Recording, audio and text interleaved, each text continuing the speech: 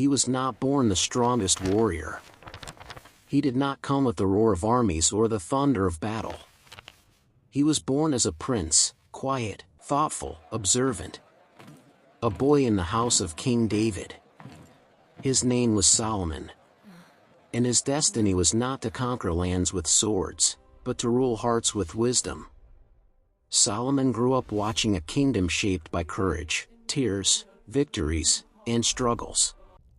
He saw his father David, a man after God's heart, rise from shepherd to king.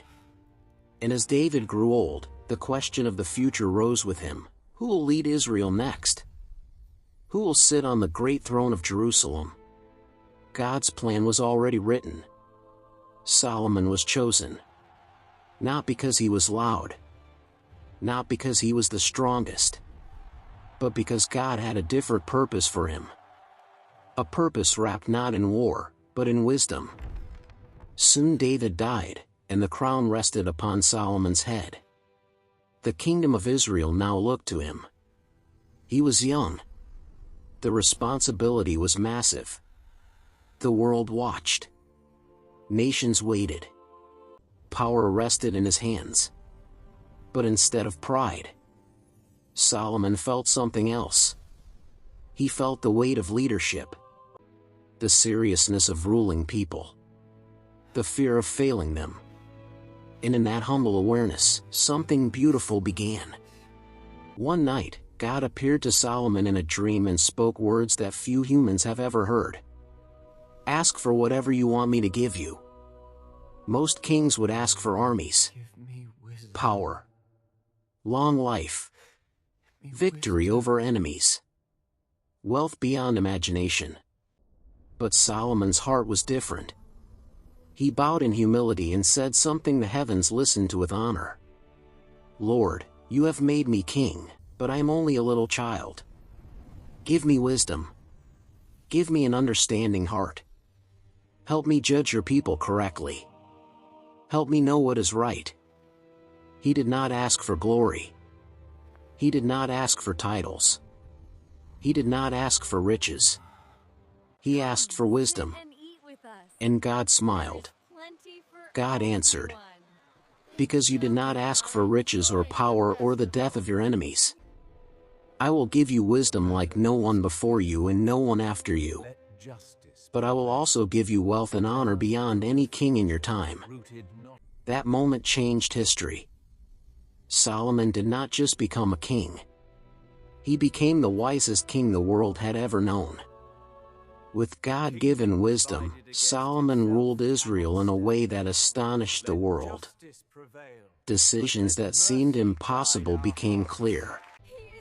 Problems that appeared unsolvable found answers. People came from everywhere to hear his judgments, his words, his teachings. One of the most famous moments came when two women came before him with a heartbreaking case. Both claimed to be the mother of the same child. There were no witnesses. No evidence. Just tears. Just arguments. Just pain. How do you know the truth? How do you judge fairly? The court watched. Silence filled the throne room. Then Solomon spoke words that shocked everyone. Bring me a sword. Cut the child in two. Give each woman half. The room froze. One woman stood silent, but the other cried out in agony. No! Do not hurt the child. Give him to her. Please, let him live. Solomon softly lowered his hand and said, give the child to the woman who begged to save him. She is his true mother. The court stood speechless. The truth had been revealed, not by force, but by wisdom.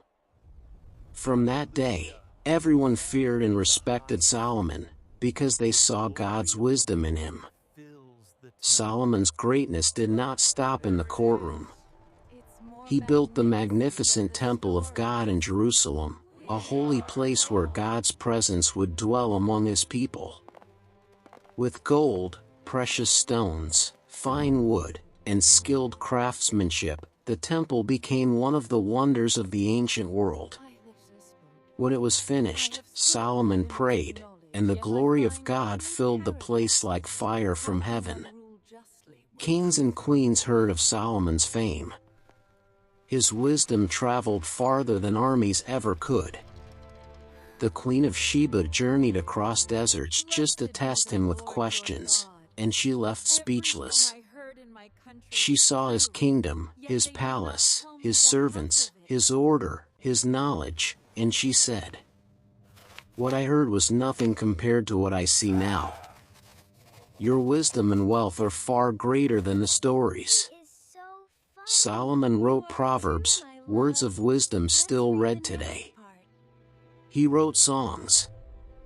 He taught about life, choices, justice, character, and the fear of God. His wisdom was a gift to the world. Israel prospered. Peace lived in the land.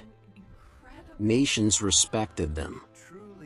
Solomon's kingdom was strong, beautiful, and unmatched. But where there is greatness, there is also danger. And sometimes, danger is not outside us. Sometimes, it grows quietly, inside the heart. For many years, Solomon honored God. He remembered who gave him wisdom. He remembered who placed the crown on his head. But as time passed, the world grew louder. Power grew heavier. Wealth grew brighter. Attention surrounded him. Slowly, quietly, Solomon began to drift. He married many foreign wives, not for love, but for political power and alliances. They brought with them idols and false gods. Voices entered his life that pulled his heart away from the one true God. And the man who once prayed with humility began to slip into pride.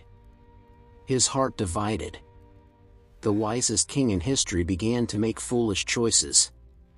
He allowed idol worship into Israel. He built altars for other gods. He let his heart forget the God who made him king. And the kingdom that was once strong began to weaken from the inside. God warned Solomon. He reminded him of his promise, but also his command. But Solomon did not listen. And when wisdom is ignored, consequences always follow. God declared that the kingdom would one day be torn apart after Solomon's reign.